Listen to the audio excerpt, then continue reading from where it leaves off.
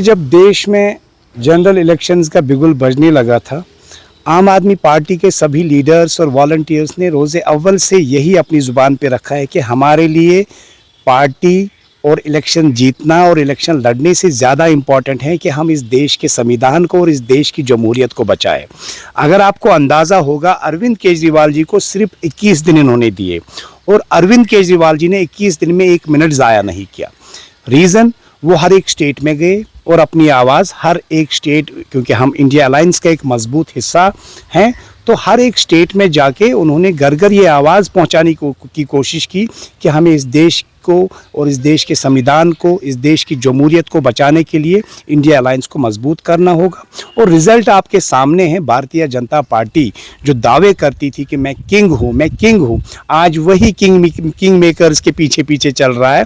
तो कहीं ना कहीं जो इंडिया अलायंस एक इंस्टीट्यूशन बना था अपने आप में इस देश में, उनकी जीत है। मैं मुबारकबाद देता हूँ आपके वसादत से इंडिया अलायंस के सभी पार्टनर्स को और उन सभी लोगों को जिन्होंने वोट दिया इंडिया अलायंस के कैंडिडेट्स को। उन्होंने एक बार दिखाया कि इस देश में आज भी संविधान जिंदा है, और जब जब कोई आवाज़ ऐसी बनेगी इस देश में जो इस देश के संविधान को खतरा पहुंचाना चाहेंगे, जो इस देश की जमहूरियत को खतरा पहुंचाना चाहेंगे, तब इस देश के युवा आगे आते हैं। और फिर से उन्होंने दिखाया कि इंडिया अलायंस जो है, उन्होंने इंडिया अलायंस को वोट दिया। अभी आप कुछ नहीं कह सकते हैं। जैसे अभी मीडिया में चर्चे चल रहे हैं कि भारतीय जनता पार्टी या एनडीए तीसरी बार सरकार बना रही है, ऐसा कुछ नहीं। अभी मीटिंग्स चल रही है।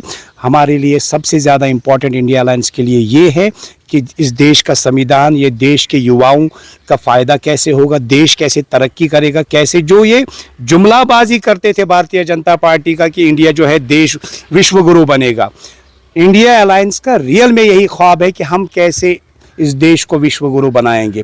हम सभी चीज़ों पे अभी मीटिंग्स चल रही है, हम सभी चीज़ों पे ध्यान रख के फैसला लेंगे। और हमारे जो लीडर्स हैं इंडिया अलायंस के, वो आपस में इन टच है। मीटिंग्स हुई, कल भी मीटिंग हुई। अभी आप नहीं कह सकते हैं कि एनडीए की सरकार बनेगी। जब जब आप कोई गलत फैसले करेंगे, आपको 5 अगस्त याद है, 5 अगस्त 2019 आपको याद है, जब जब आप अपने कौम के लिए नहीं सोचेंगे, तब वो कौम जो है आपको उसका जवाब देगी और उसका बदला लेगी। कल ये साबित हुआ पीपल्स डेमोक्रेटिक पार्टी के साथ क्या हुआ। रीज़न यही है, जो 5 अगस्त को यहाँ पे हुआ है, उसका बदला कल लोगों ने वोट से दे दिया और पीडीपी को कम्प्लीटली यहाँ के लोगों ने रिजेक्ट किया है। रही बात जो उमर अब्दुल्ला साहब नॉर्थ कश्मीर से लड़ रहे थे, तो वहाँ पे भी आपको कहीं ना कहीं उनकी गलतियाँ रही होंगी, कहीं ना कहीं खामियाँ रही होगी, जिससे इंजीनियर रशीद साहब को जो है कम्प्लीटली फुल मैंडेट यहाँ के युवाओं ने, यहाँ के नौजवानों ने दिया है।